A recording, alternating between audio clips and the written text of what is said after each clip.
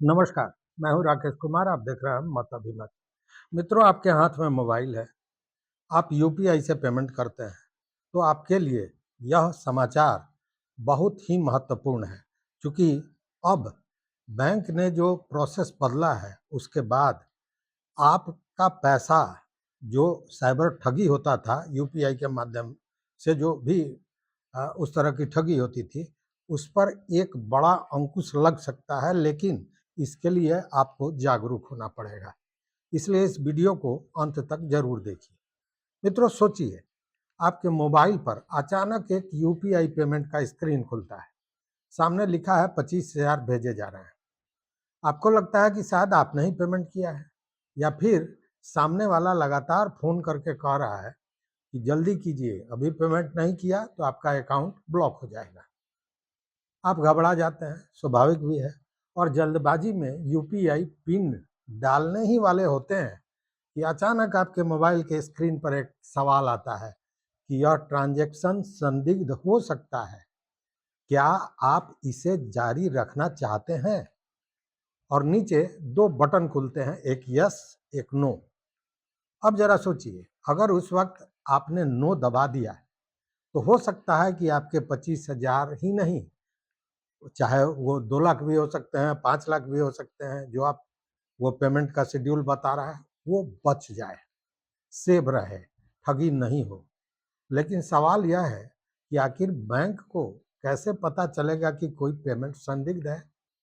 क्या अब हर UPI payment से पहले ऐसा अलर्ट आएगा? क्या 500 भेजने पर भी बैंक आपको रोक कर पूछेगा? अगर आपने रात के 2 बजे किसी को 80,000 भेजे, तो क्या सिस्टम उसे फ्रॉड समझ लेगा? और सबसे बड़ा सवाल कि क्या यह नया सिस्टम साइबर ठगों की दुकान बंद कर देगा, या फिर ठग इसका भी कोई तोड़ निकाल लेंगे?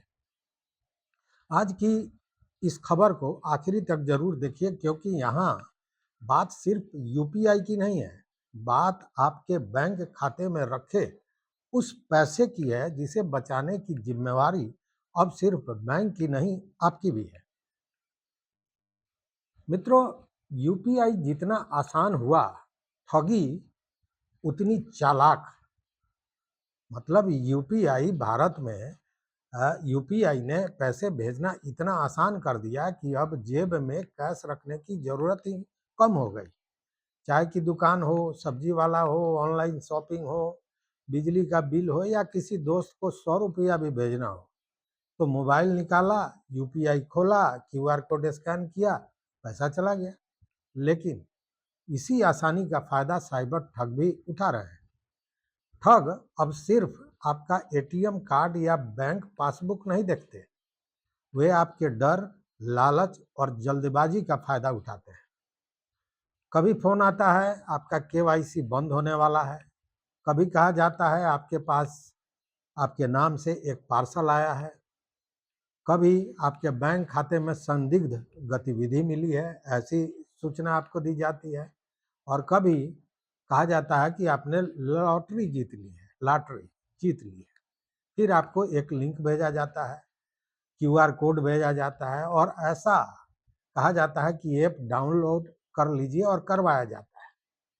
या यह भी कहा जाता है कि बस अपना यूपीआई पिन डाल दीजिए, और यहीं से शुरू हो जाती है असली ठगी। मित्रों, अब समझिए इस पूरी खबर का सबसे महत्वपूर्ण हिस्सा। बैंकिंग और डिजिटल पेमेंट सिस्टम लगातार ऐसे सुरक्षा तंत्र विकसित कर रहे हैं जिसका मकसद है पेमेंट होने से पहले ही संदिग्ध लेन देन को पहचानना। मतलब पहले क्या होता था, ठग ने आपको डराया, आपने जल्दी में पेमेंट किया और पैसा चला गया। लेकिन जोखिम आधारित सिस्टम का विचार यह है कि अगर ट्रांजैक्शन सामान्य व्यवहार से अलग दिख रहा है, तो आपको एक अतिरिक्त चेतावनी दी जाए, यानी रुकिए, एक बार सोच लीजिए। यही छोटा सा ब्रेक कई बार बहुत बड़ा बड़ा नुकसान रोक सकता है। अब सबसे जरूरी सवाल कि क्या हर बार 100 या 500 भेजने पर भी स्क्रीन पर वार्निंग आएगी? ऐसा होना जरूरी नहीं है। सुरक्षा व्यवस्था का उद्देश्य हर सामान्य पेमेंट को रोकना नहीं, बल्कि जोखिम वाले पैटर्न को पहचानना है। अब इसे जरा उदाहरण से समझिए। आप रोज अपने भाई को 500 रुपया भेजते हैं। एक दिन वही 500 आपने भेजा। यह सामान्य व्यवहार है, जोखिम कम हो सकता है। लेकिन अगर पहली बार किसी नए खाते में अचानक 80,000 रुपए भेजे जा रहे हैं, तो सिस्टम उसे अलग नजर से देख सकता है।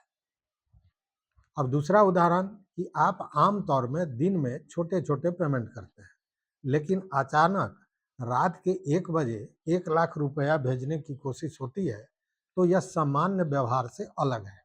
सिस्टम इसे जोखिम के नजरिए से देख सकता है। अब दूसरा उदाहरण लीजिए। जिस खाते में पैसा जा रहा है वह पहले से ही किसी फ्रॉड रिपोर्ट या जोखिम संदेश से जुड़ा हुआ अकाउंट हो, तो वहां अतिरिक्त जांच या चेतावनी की जरूरत हो सकती है। यानी सिर्फ यह नहीं देखा जाएगा कि कितने पैसे भेजे जा रहे हैं, बल्कि यह भी देखा जा सकता है कि किसे भेजे जा रहे हैं, कहां से भेजे जा रहे हैं, किस डिवाइस से भेजा जा रहा है, कब भेजा जा रहा है, और सबसे महत्वपूर्ण कि क्या यह आपका सामान्य व्यवहार जैसा दिख रहा है। अब जानने की जरूरत यह है कि बैंक को कैसे पता चलता है कि पेमेंट रिस्की है। अब यहाँ आता है असली सवाल, टेक्नोलॉजी का खेल। बैंक और पेमेंट सिस्टम अलग अलग तरह के संकेतों का इस्तेमाल करके जोखिम का अनुमान लगा सकते हैं। मान लीजिए आपका नया डिवाइस है, नया बेनिफिशियरी है, नई जगह से लॉगिन हुआ है, अचानक बड़ी रकम भेजी जा रही है, समय भी असामान्य है, और जिस खाते में पैसा जा रहा है वह पहले से जोखिम वाले डेटा से जुड़ा है। इन संकेतों को मिलाकर सिस्टम एक रिस्क असेसमेंट कर सकता है। अगर ज़्यादा जोखिम दिखा तो आपको चेतावनी दी जा सकती है, और यहीं आपको मिलेगा यस या नो। मतलब बैंक आपको कह रहा है कि पैसा भेजने से पहले एक बार खुद भी सोच लो। अब कोई कह सकता है कि भाई ठग तो ठग है। अगर आदमी यस दबा दिया तो सवाल बिल्कुल सही है। यस या नो कोई जादू की छड़ी नहीं है।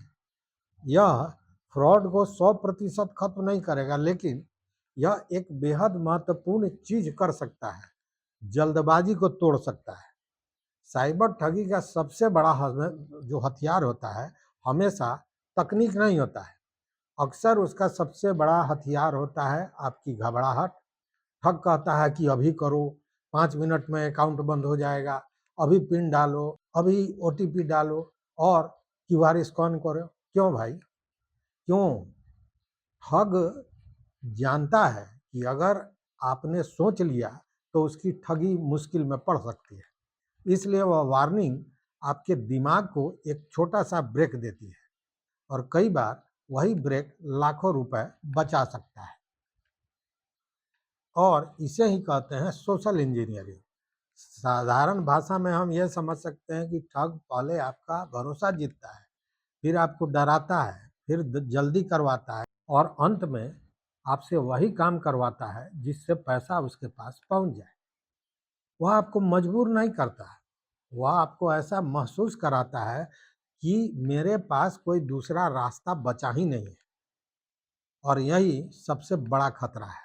और इसीलिए अगर पेमेंट के ठीक पहले सिस्टम पूछता है कि क्या आप यह ट्रांजैक्शन जारी रखना चाहते हैं, तो वह सिर्फ एक तकनीकी सवाल नहीं है, वह आपके लिए सोचने का आखिरी मौका भी हो सकता है। अब कहानी का एक दूसरा पहलू भी है। अगर हर छोटी बड़ी पेमेंट पर लगातार चेतावनी आने लगे तो क्या होगा? लोग अलर्ट पढ़ना ही बंद कर देंगे। इसे थोड़ा और आसान भाषा में कहें तो बहुत ज़्यादा चेतावनी मिलने पर इंसान चेतावनी को नज़रअंदाज करने लगता है। यह मानव प्रकृति है। इसलिए असली चुनौती यह है कि अलर्ट भी वहीं किया जाए जहां सच में जोखिम ज़्यादा हो।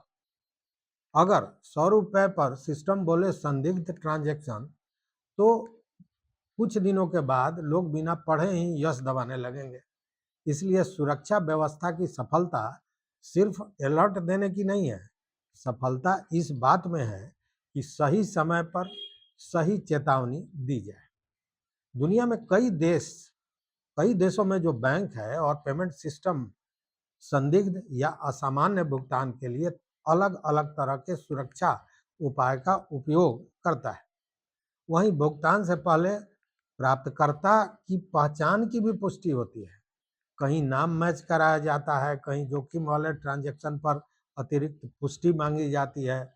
मतलब दुनिया भर में डिजिटल पेमेंट का एक ही सवाल है, पेमेंट तेज भी रहे और सुरक्षित भी। भारत में यूपीआई का इस्तेमाल बहुत बड़े पैमाने पर होता है, इसलिए सुरक्षा की चुनौती भी उतनी ही बड़ी है। अब मान लीजिए आपके मोबाइल पर अचानक कोई चेतावनी आती है, आपको क्या करना है? याद रखिए, पहला नियम, किसी के कहने पर यूपीआई पिन मत डालिए। दूसरा अलर्ट, पैसे प्राप्त करने के लिए यूपीआई पिन की जरूरत नहीं होती है, क्योंकि ठग ऐसा भी कहते हैं कि आपको इतना लॉटरी मिला है, आपका पेमेंट जा रहा है, अपना यूपीआई पिन बताइए। तो पैसा लेने में यूपीआई पिन की जरूरत कभी नहीं होती है, यह ध्यान रखिए।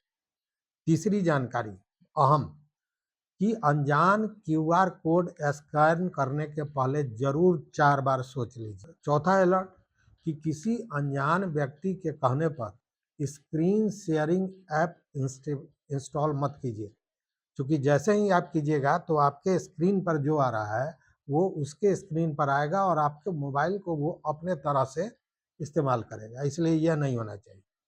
पांचवी जानकारी और अलर्ट यह, कि गूगल पर मिले किसी भी फर्जी कस्टमर केयर नंबर पर भरोसा मत कीजिए। छठी चेतावनी, कि ओटीपी किसी को मत बताइए। वहीं सातवीं चेतावनी आपके लिए, केवाईसी अपडेट के नाम पर आए अनजान लिंक पर क्लिक तो कदापि मत कीजिए। और अनजान एपीके या ऐप डाउनलोड मत कीजिए। नौवा जो चेतावनी वह, कि पेमेंट रिक्वेस्ट को ध्यान से पढ़िए। और अंतिम 10वां, कि अगर स्क्रीन पर रिस्क वार्निंग आए तो बिना पढ़े यस मत दबाइए। पहले देखिए पैसा किसे जा रहा है, कितना जा रहा है और आपने पेमेंट किया है या अथवा नहीं किया है, इसकी पूरी जानकारी देखिए, उसके बाद सोचिए और तब यस या नो दबाइए। अब सबसे ज़रूरी हिस्सा जो है इस न्यूज़ का वो यह, कि मान लीजिए गलती हो गई और पैसा चला गया, तो क्या करेंगे? सबसे पहले तो घबराना बंद कर दीजिए, घबराइए नहीं। जितनी जल्दी कार्रवाई करेंगे उतना बेहतर होगा। तुरंत अपने बैंक को जानकारी दीजिए। भारत में साइबर वित्तीय धोखाधड़ी की शिकायत के लिए हेल्पलाइन नंबर है, इसका इस्तेमाल कीजिए। और ये नंबर याद रखिए, ये नंबर है 1930, हेल्पलाइन नंबर साइबर धोखाधड़ी के लिए, तो इसका उपयोग कीजिए। राष्ट्रीय साइबर अपराध पोर्टल पर भी शिकायत दर्ज की जा सकती है। अपना ट्रांजैक्शन आईडी, यूटीआर, तारीख, समय, रकम, संबंधित मोबाइल नंबर, स्क्रीनशॉट जैसी जानकारी को संभाल कर रखिए। और सबसे महत्वपूर्ण, कि शिकायत करने में देर तो कदापि मत कीजिए, तुरंत शिकायत कीजिए। तो अब पूरी कहानी को एक लाइन में ऐसे हम समझते हैं कि यूपीआई का नया सुरक्षा तंत्र अगर किसी संदिग्ध भुगतान से पहले आपको रोक कर पूछता है कि क्या आप वाकई यह पैसा भेजना चाहते हैं, तो इसे परेशानी मत समझिए, इसे अपना दूसरा मौका समझिए, क्योंकि ठग चाहता है कि आप बिना सोचे समझे बटन दबा दें। और सुरक्षा सिस्टम चाहता है कि आप 1 सेकंड रुकें, सोचें, फैसला लें, फिर यस या नो का अलर्ट जो आपसे पूछा जा रहा है उसको दबाएं। यस या नो का अलर्ट साइबर फ्रॉड का अंत नहीं कर सकता है मित्रों, यह भी ध्यान रखिए।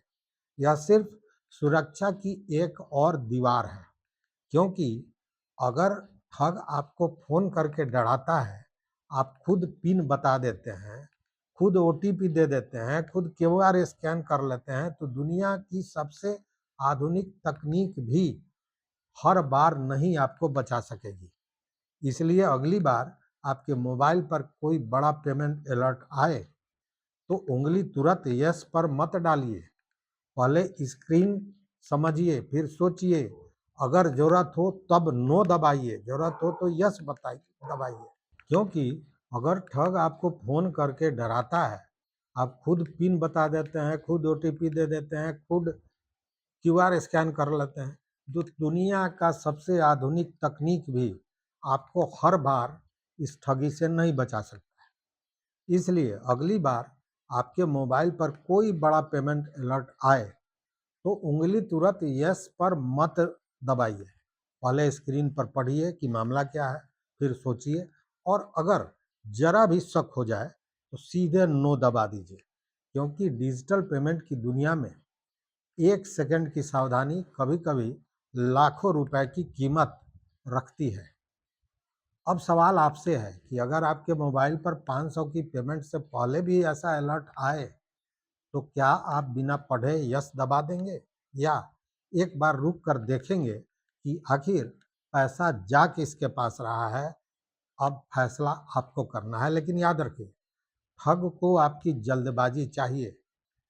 आपको सिर्फ 1 सेकंड रुकना है, और यही 1 सेकंड आपके धरोहर को, आपके बैंक अकाउंट को, उस पैसे को बचा सकता है। तो इस वीडियो में बस इतना ही। यह जानकारी मित्रों अगर आपको अच्छी लगी और ऐसा लगा कि इस जानकारी से आप अपने खून पसीने की कमाई को बचा सकते हैं, तो निश्चित रूप से इसे लाइक कीजिए, शेयर कीजिए, और कमेंट करना मत भूलिए कि क्या कोई छोटे से छोटे अमाउंट पर भी अगर अलर्ट आता है तो आप सीधे यस दबा देंगे या सोचेंगे कि क्या दबाना है, यस या नो।